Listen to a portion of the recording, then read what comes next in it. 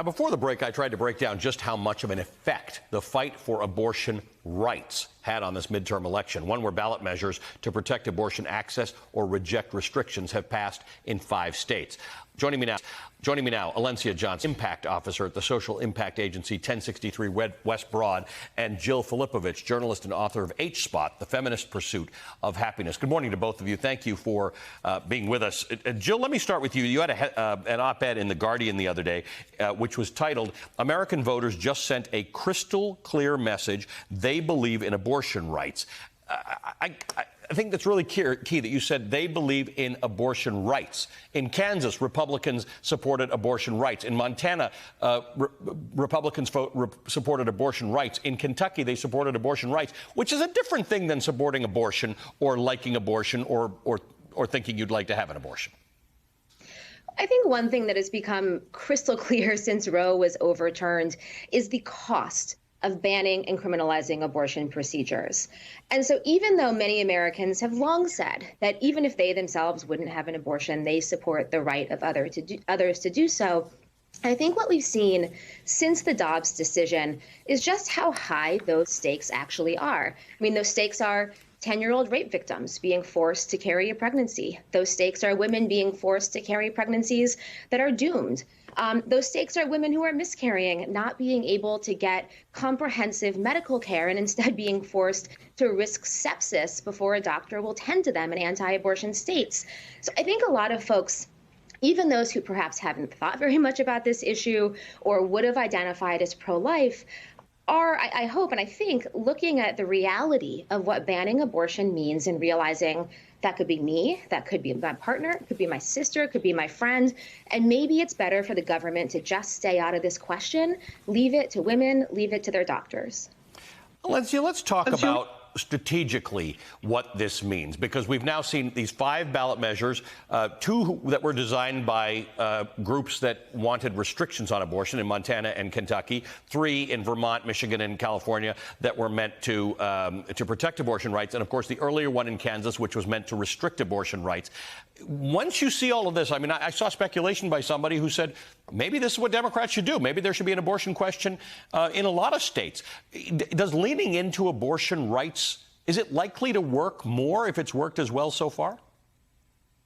Oh, I absolutely think it is. I mean, I think advocates for years, for decades, have been talking about how this conversation will motivate voters, especially when you're asking them directly. And then there was a lot of polling that came out from this election, including some that was released by NARAL just yesterday, that showed nearly 45% of voters said that abortion was a motivating factor for them in this election. Over 50% for Black voters, over 50% for voters, young voters, Gen Z voters. And so what we have seen is that when the question is asked directly to voters, they will make a decision. And now we are hoping that politicians will understand what voters are saying and actually follow the will of the people. And that's not restrict abortion, but actually provide more access to abortion care. So, Jill, let's play this out a little bit, because since the 70s, and this is the polling, by the way, the exit polling that we saw, that inflation was the #1 issue for some voters. Abortion was a very close second.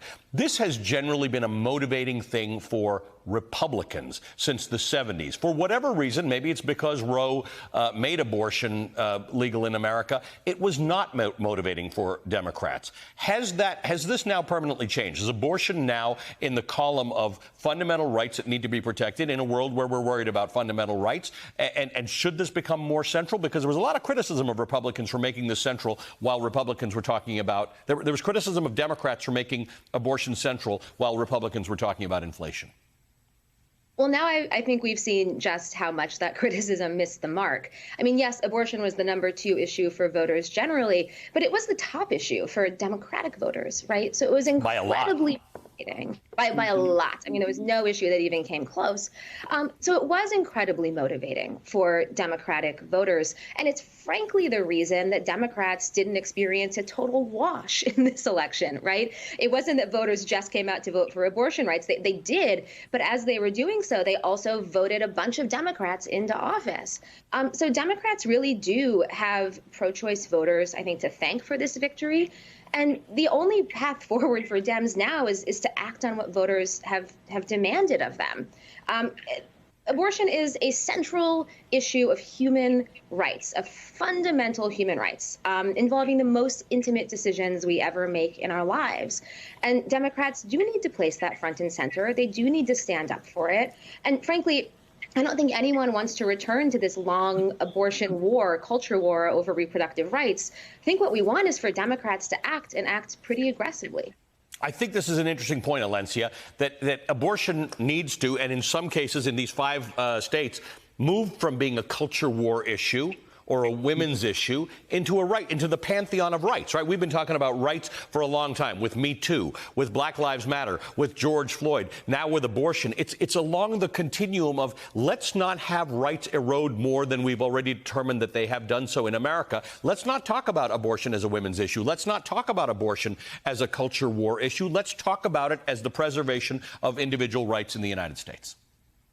Oh, I agree 100%. And I think that's why it was so motivating, especially for young people who we couldn't capture in the polls too well, for Black voters, because they saw it as a right that I had. And then in my generation, in a lifetime, it was rolled back. And if that isn't a key indicator of where our democracy is going, I don't know what else is. And voters showed up in the polls thinking about abortion access this way, thinking about the fact that they can do this to one of my most personal medical decisions. They can do this to any other of my rights and freedoms in this country. Right. And as we saw in some exit polling, in addition to abortion rights, democracy was also a top issue for voters. Right. And these two coupled together is speaking to that exact piece. That's the point, right? When you look at that, I mean, inflation, I'm an economics guy. We can actually and will solve inflation. We'll get there. But if you take abortion rights and you lump it with democracy, Jill, this should be remarkably motivating to young people. It seemed to have been somewhat motivating to young people, but let's just all be honest with ourselves.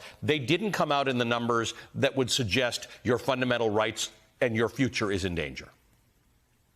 Sure. And it's always a challenge to get young voters to the polls, right? You have to consider young people are often in school, working. Many young people are parents. There's a lot going on in the lives of young people that can make it more challenging for them to vote than, say, folks who are retired and have more time on their hands. But I do think, Allie, you're pointing to something really important, which is this tie between abortion rights, women's rights more broadly, and democracy. And one thing we've seen around the world is that as countries have moved toward democratic processes and norms, they have liberalized abortion rights as they've also expanded women's rights. And we've seen a much smaller number of countries moving away from democratic norms, away from democracy and toward autocracy, frankly. And what those countries have done almost to a one is also scale back women's rights, and that includes scaling back abortion rights. And the fact that the U.S. is in that bucket of minority countries that are moving away from liberal democracy and away from women's rights should be very scary and motivating, not just to young voters, but to every single person in this country. It is an important point, and that one's worthy of a whole nother discussion, that we are part of a global trend here that America has the opportunity to lead in, and we're not actually. We're kind of just floating along with this thing. But some things changed on Tuesday, which have given some people hope. I'm grateful to both of you. Thank you for being here. Alencia, good to see you again. Alencia Johnson is the founder and the Chief Impact Officer at 1063 West Broad. Jill Filipovich is a journalist and the author of H-Spot, the feminist pursuit of happiness. Thanks to both of you. It's a great conversation.